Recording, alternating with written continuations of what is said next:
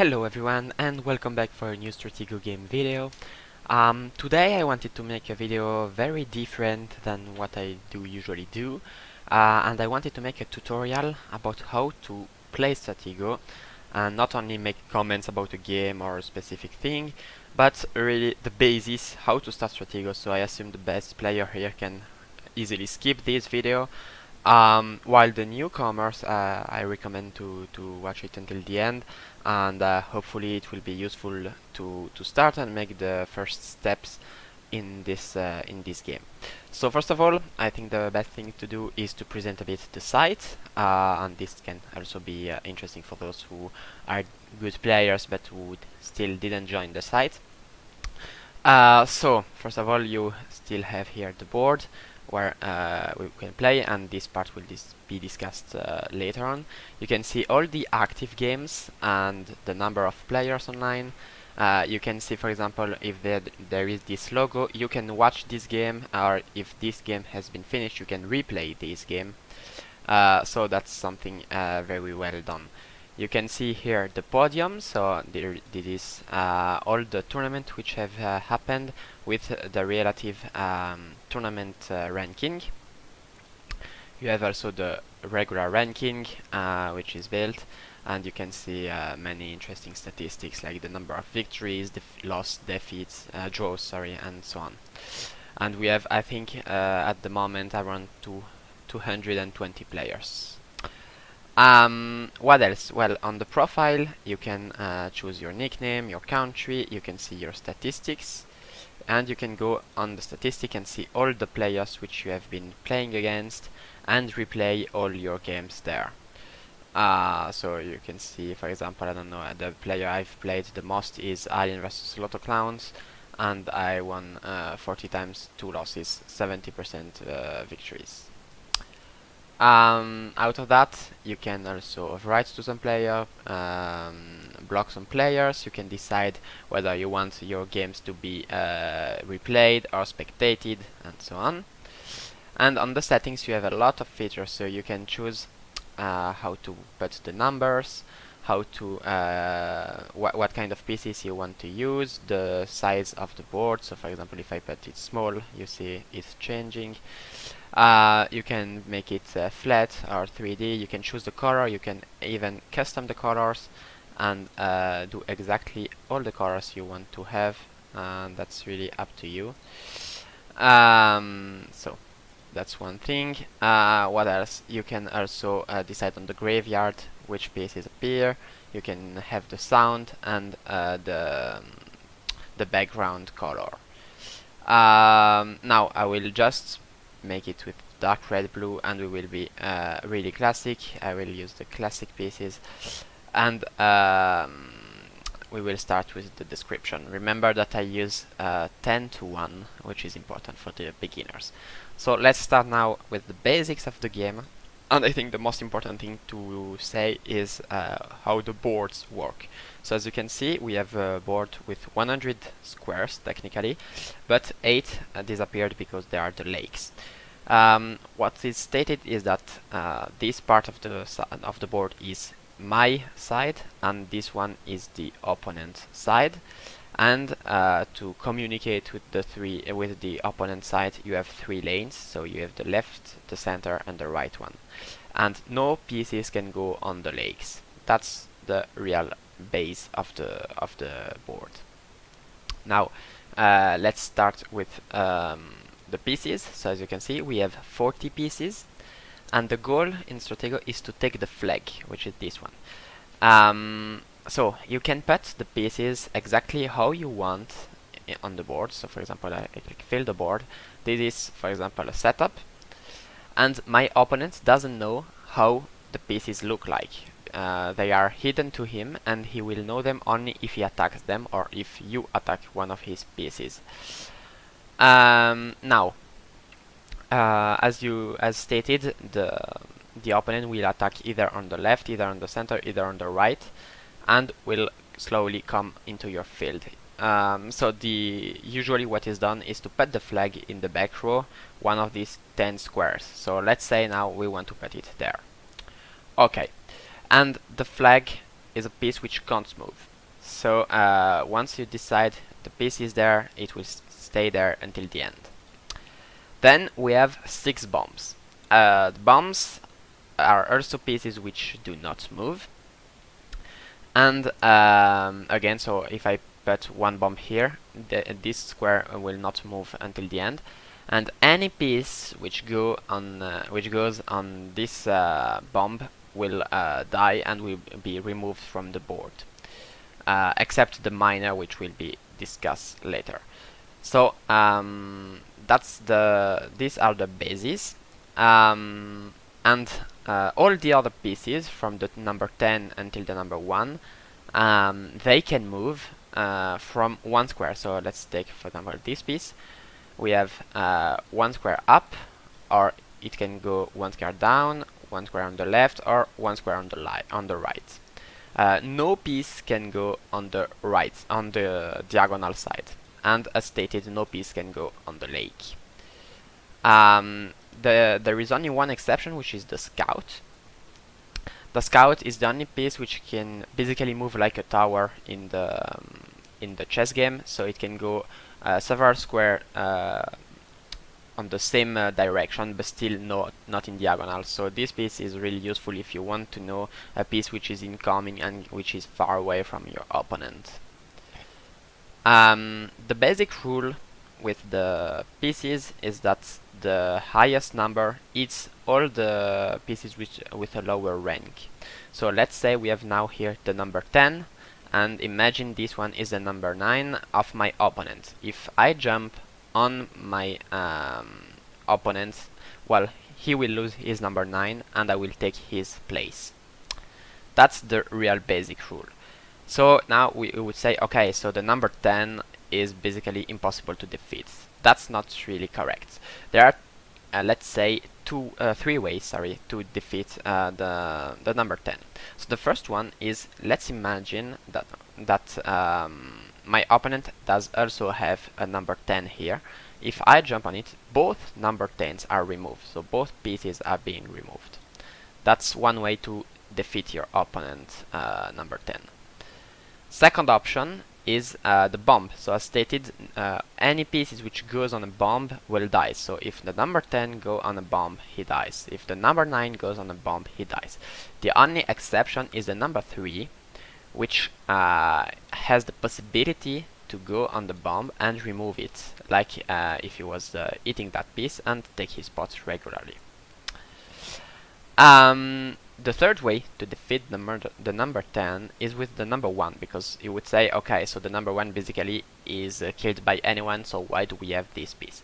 Actually, here comes the particular rules, which I think is one of the most difficult to understand for a beginner, but once you get it, you can finally play a decent game.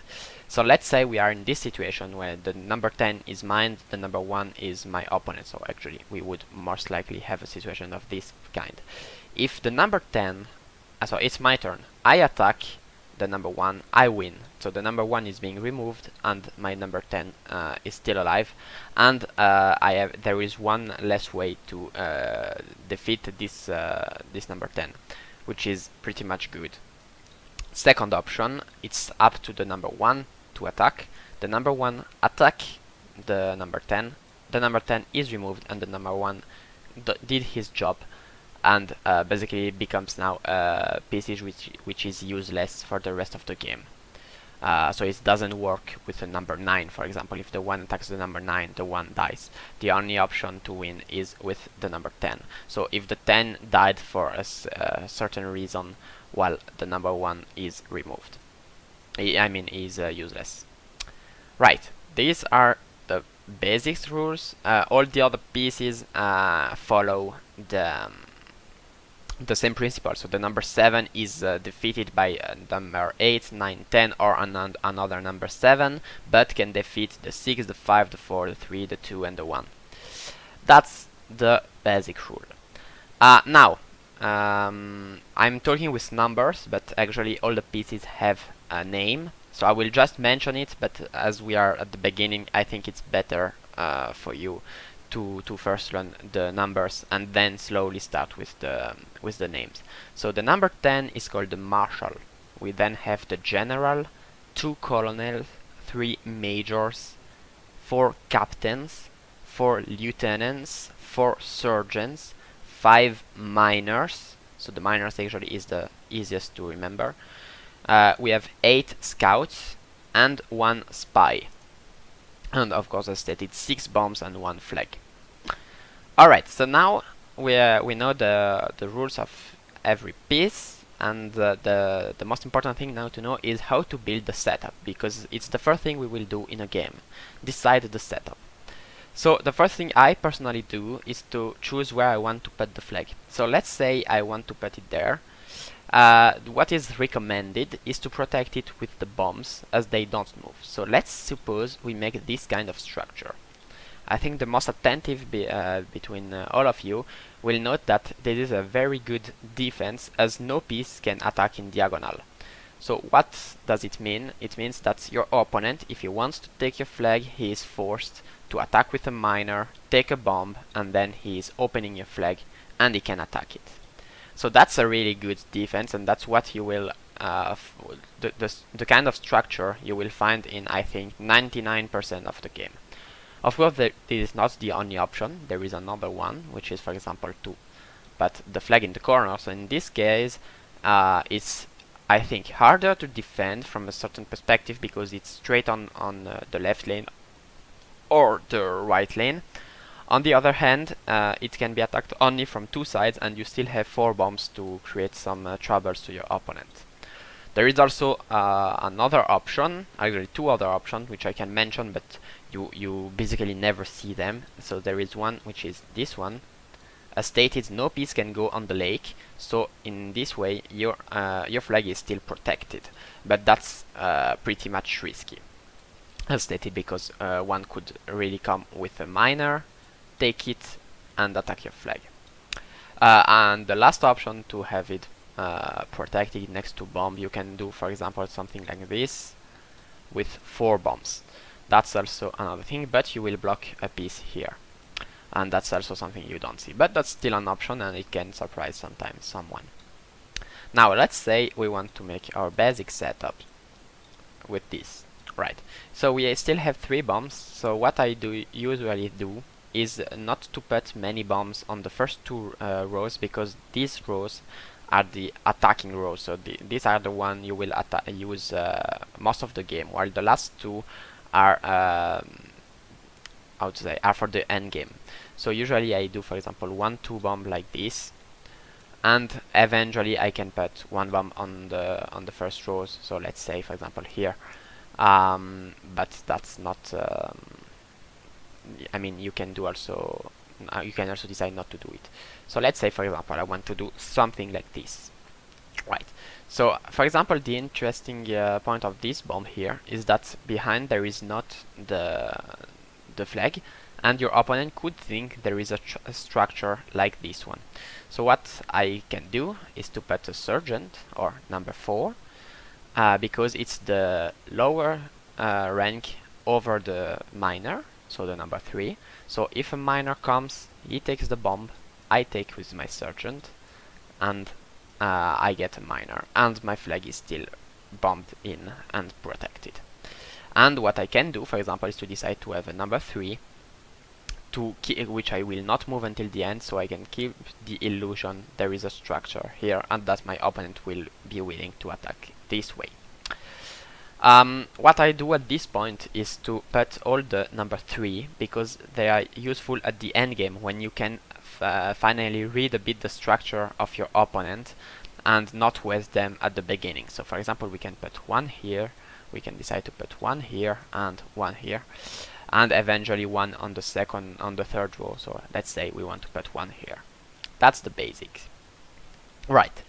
Now I think the best thing to do is to put the strong pieces, so 10, 9, 8, and decide what is the side I want to attack, what is the side I want to defend, how I want to play. So as you can see now, I have put a bomb here, so it's blocking a bit me for attacking this side. So I would recommend to use this side as a defensive side, and I would attack on this side. Remember that you could decide, for example, to charge with the number 10, but then your number 10 is known, and your opponent could easily attack with the number 9 either on the right, either on the center, and it would be difficult for you to defend.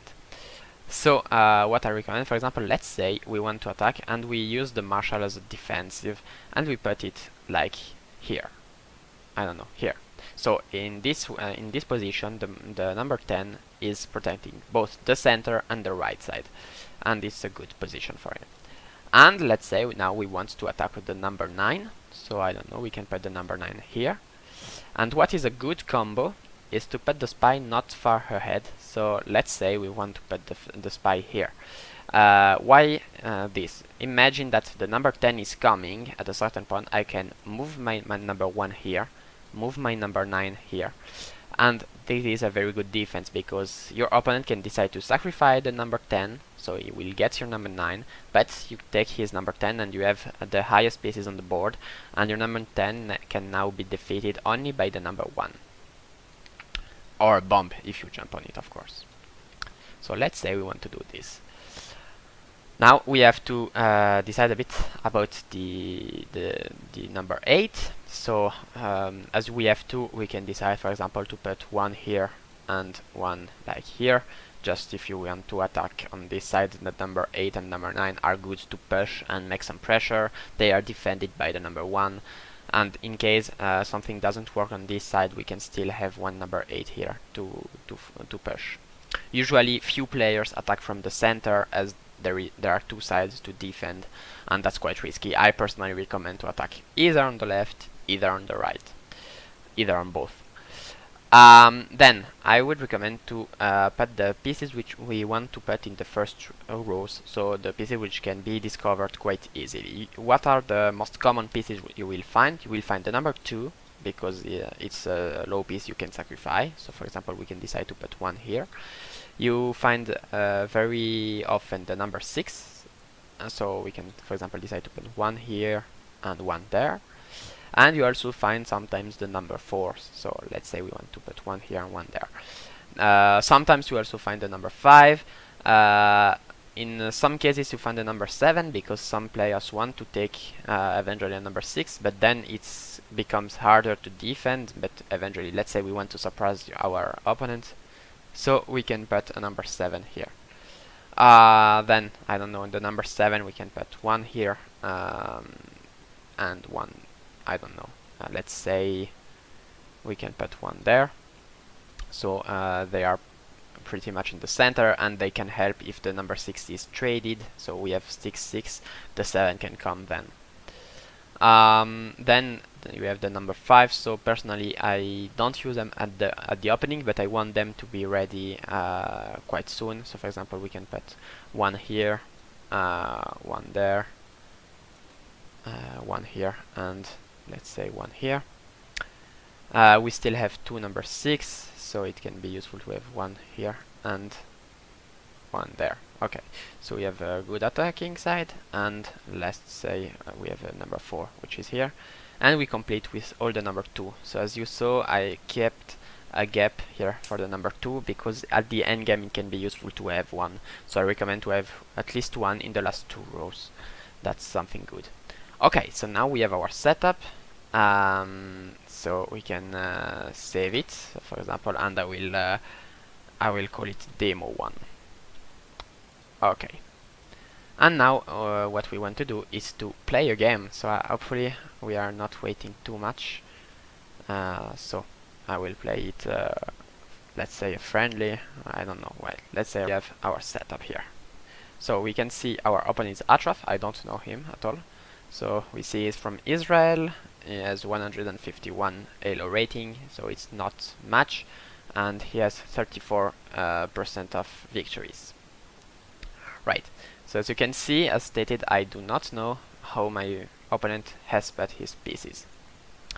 So we have here our setup, and we can still make a few changes if we don't feel it's correct. So for example here I'm thinking I can trade a few pieces, but let's start as it is, not to make it too complicated. And we see he's ready, so we can say we are ready also.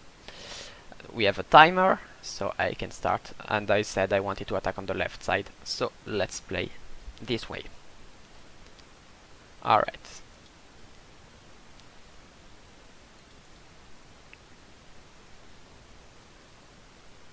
Okay, so in this case I would attack. I don't think he has a a too strong piece, so I attack with my 6. We take a number 2. Awesome. Probably he will come down, I think. But in any case, he is not attacking, so as expected, this one is not a 7 or 8 or 9 or 10. It could be a bomb, for example, but nothing. And he's not pushing, so I'm suspecting this one is not that strong also. So let's say here.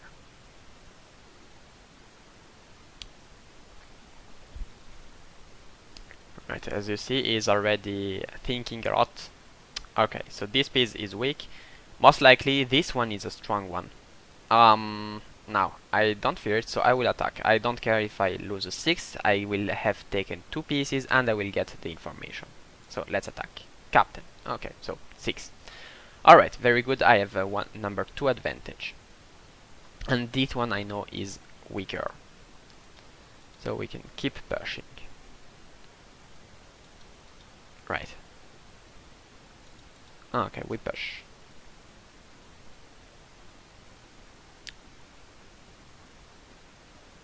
Okay, so this number 4 is now known. He will only have to remember it. So let's hope it's a 6. Okay.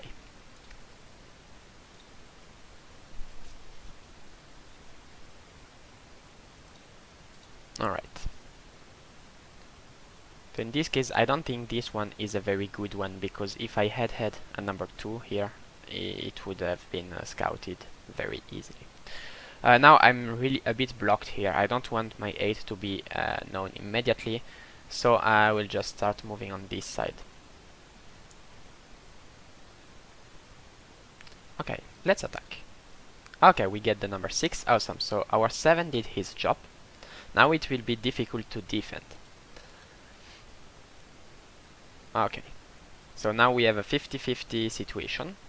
Either he can attack with this piece, either he can attack with this one. Hopefully it's this one, so if he comes here, I have the 3 squares rule advantage. What it is, this rule says that one piece can't go more than 3 times on the same 2 squares at the same time. So if he comes there, he comes on this square, I go on the left, he comes on the left, I go on the right, he goes on the right, the game wouldn't end. So it states 3 rules. So when the strong piece, the piece you fear, is in diagonal to yours, this piece will always make the first step.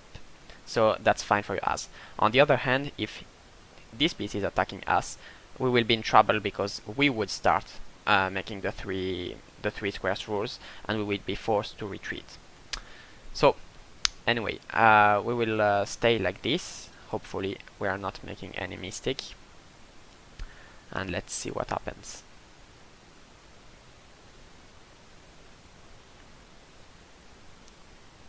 Okay, so it's quite strange he is not forcing this, so I'm thinking, okay, this piece is not good. Alright, so now we can move our 4 here, and if he doesn't attack, well, now he does, we could have scouted it. So we can stay here. He made the first step. So we fear this piece now. Okay, so now we have a 50-50 situation. Did he bluff before, or is he bluffing now? We will retreat. Okay. I'm thinking this one is the good one, personally. So let's stay here. And let's see how he is reacting. Of course, this thing of the feeling is just me, and it's not a rule of the game, of course. So let's see what happens. Maybe I made a mistake.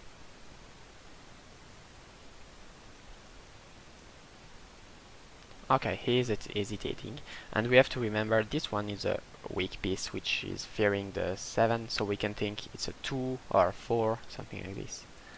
Meanwhile, we are making some pressure here on this side, and he is bringing this piece now. So most likely what will happen is that he wants to calm down, he will sacrifice this piece and take with this one. So I will just move this piece here up, so that he fears at coming here, because it could be my number 10, for example, protecting the number 7. As you can see, it's a real game of bluff, because he has no idea of this. Alright, so he sacrificed his number 4, that's fine. So this 7 actually did his job, I can lose it, that's not a big deal. As you can see, I have a 6 advantage, I have a 4 advantage, I have 2 advantage. But anyway, so now we will see a bit what is happening, and I think this one is, for example, number 8, and this one could be the number 10, but we will see, it's just a prediction. And as you can see, in any case, it's not the number 10, because he didn't want to risk to come here. Okay, so in this case, I just want to see a bit what is happening here. Okay, so we take a number 2, and that's fine. I can afford losing a number 6. Okay, awesome. And we will see right here. Okay, we have a number 4. Very well. Okay. Right, so now he will come down, because he knows this one is a number 4. Exactly, so we move up, and it will come on the right. Now the question is, what does he do if... Oh no, actually it doesn't. Okay, so the 7 is lost. So I will just stay here. Most likely it will reveal the number 10 or the number 9, and I can then charge with my own number 9. So I will just move this one down in case if it's the number 9. It's the number 10, sorry.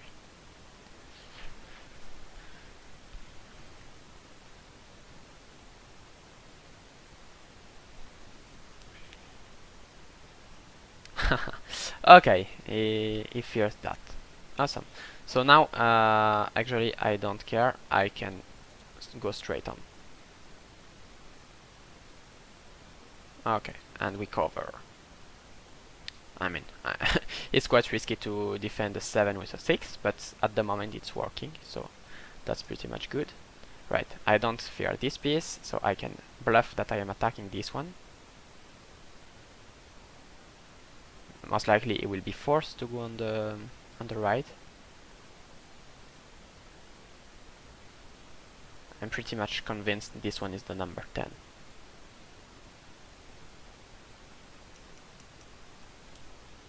Number 8. Interesting. Why didn't he take it before? Okay. My reasoning was wrong, so now we have to think a bit more.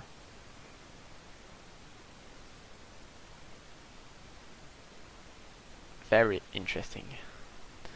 I will just move the number 4 here, and I want to check what this bit is. Okay, what are you?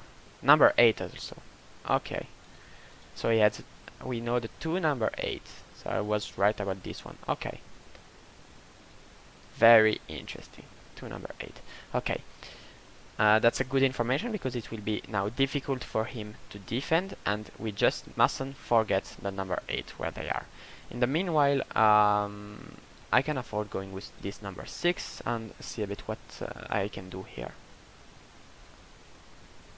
So 8, 8.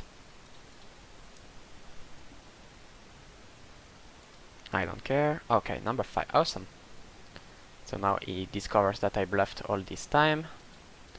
8, 8.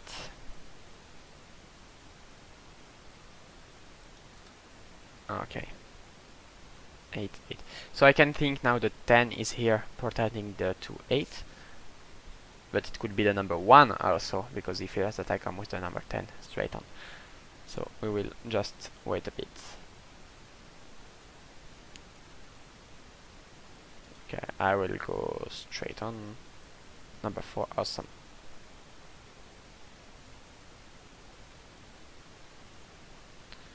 Alright. So it's not moving much on this side, which makes me think that there are no strong pieces here. Okay.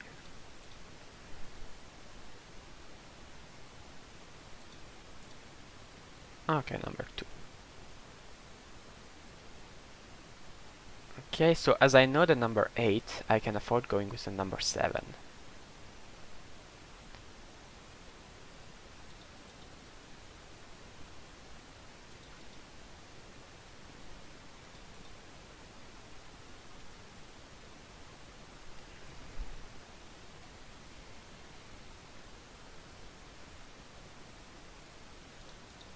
Okay.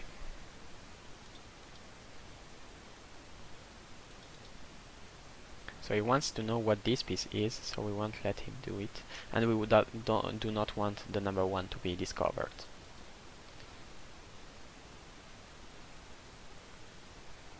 Okay, awesome. So now we can make a good defense here.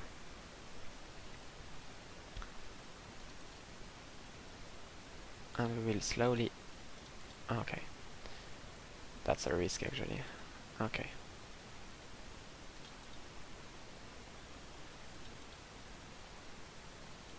Okay. We just cover. And as stated, we have the combo here.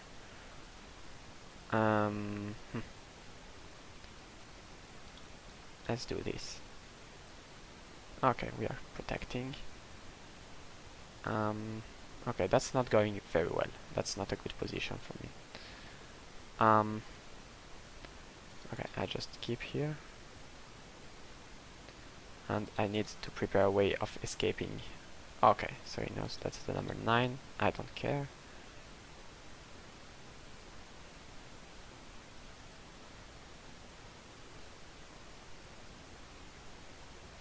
So that's a number 8. Let's remember that. Alright, I can attack here in the meanwhile. Alright, awesome. So now my number 5 are quite good. Because he has no more 6. That's getting a bit difficult. So we said number 8, number 8. Most likely number 10, so I can expect this one to be the number 9. Right. That was a stupid move from me. Anyway, okay, I will move there.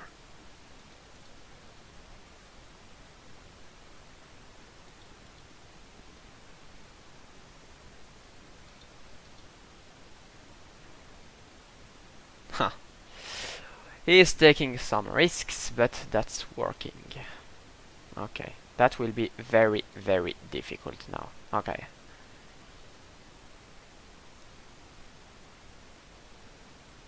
So I still consider either this one or this one to be a good piece. Of course. Does he attack this one? No, he doesn't. Okay.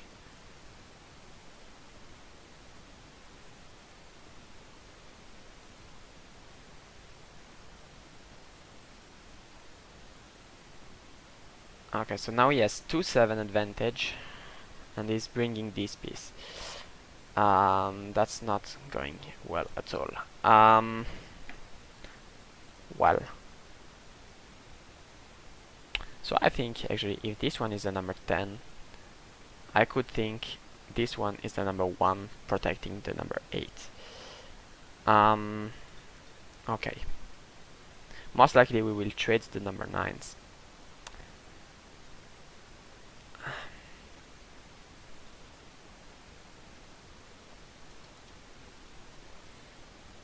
Okay, yeah, that's most likely what is happening. At least we have the information that this one most likely is the number 10. So I will just need to attack a bit on this side and make some pressure.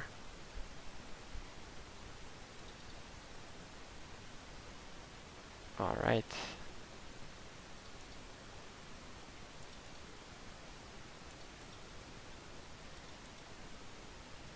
Wow.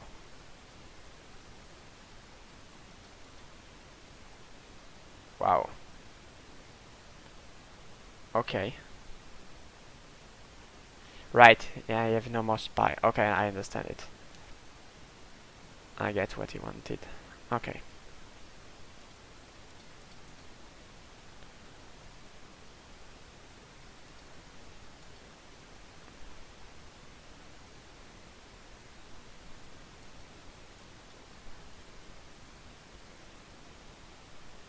Okay. Uh, hmm. Okay.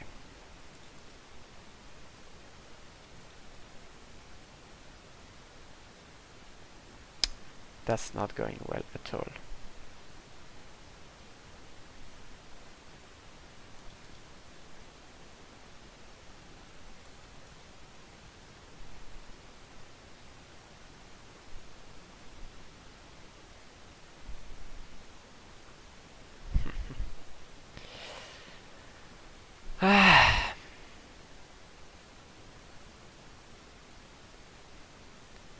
um, do I sacrifice the number 8, thinking I can go there? Hmm. I don't think so. I will have to sacrifice the number 5. Okay, well.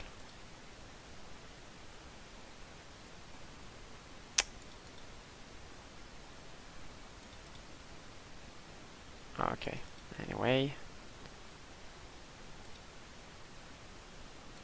I can put it there.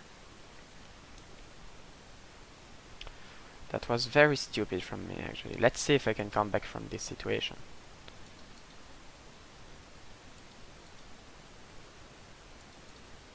Okay, number 5. I think I can slowly come with a minor, actually, here. I think there are a lot of weak pieces here.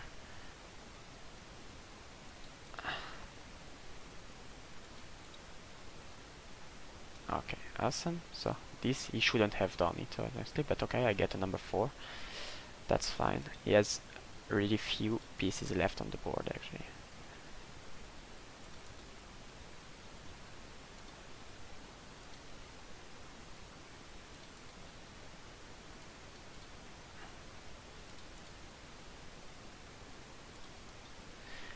Stupid move from me. Okay, anyway.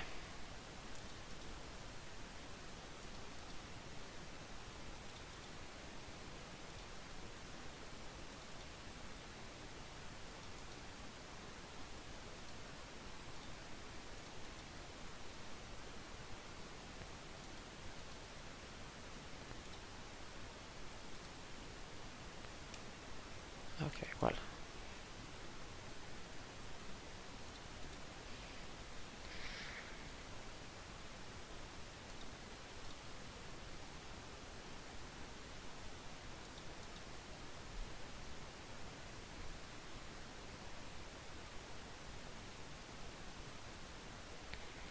Okay. I think this one is the number 1, so it will be good to come with a number 2 here. And meanwhile, you see, these pieces haven't moved, so we can think the flag is there with 3 bombs. That's just a small guess, of course. Right. And he still has 3 number 7, which I do not know where they are. Alright, this piece moves also. Interesting.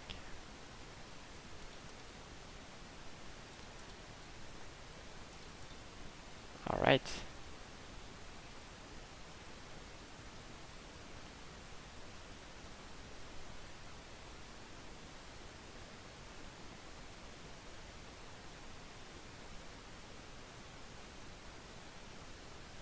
Actually, now he could take the number 8. He moves there. Okay, fine. Lucky I am. Okay. Okay, okay. We just want to see if this one is a bomb. Also, if I think so.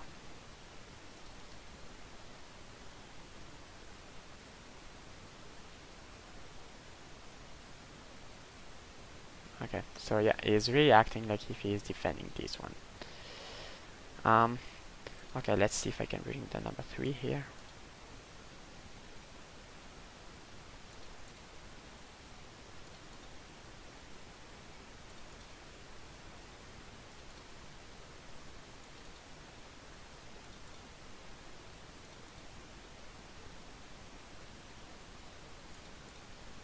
Oh, 7. Interesting. Very interesting. Alright.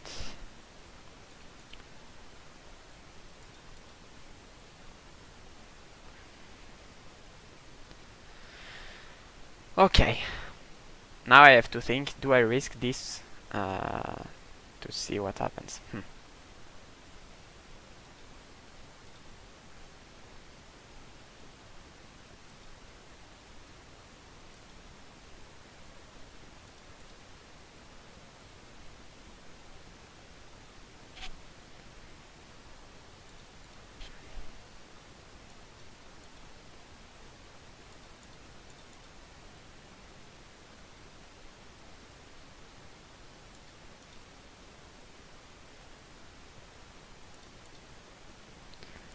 Alright.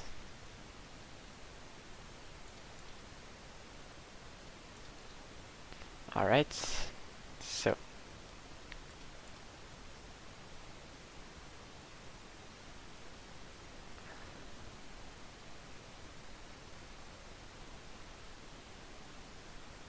alright.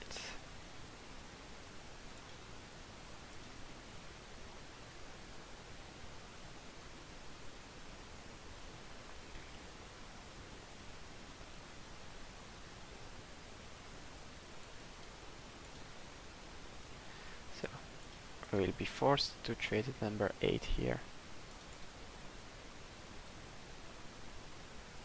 And I will just check this one.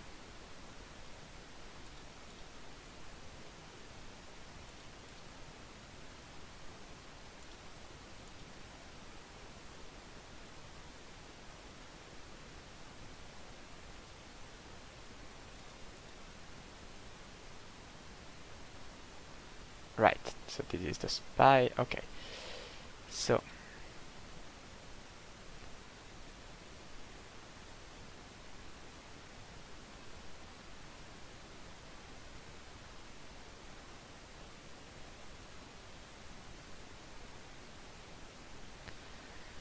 eight, eight. I'm thinking if the 8 is not this one actually.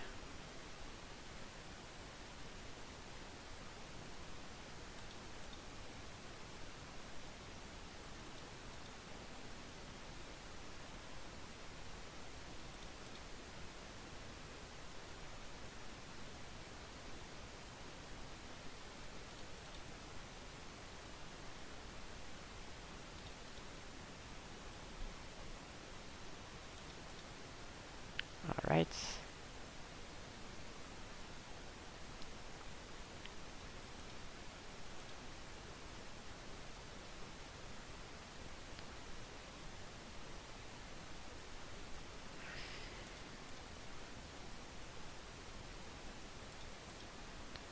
Seven. Okay, let's see if we can bluff. Alright, very well. And now we can come with some pressure here. Boom! Alright, awesome. Things are getting very good now. Okay, and we win. Alright, awesome. That's a very nice comeback. I think I didn't play well at all. But actually, you get a small insight about how the game works. And if there is one more rule you have to remember, it is do not go on a piece you don't know unless you are really forced to because you are losing so much. And actually, yes, he was down at number 8, but he was up to number 7, so I think he could have afforded keeping it. On the other hand, he had no more 4, number 5, but he had the spy advantage. I don't know, I think he could have done something good here. Anyway, well, thank you for watching, and see you soon in the next video, and let me know if you want some more video of this kind. Thank you very much.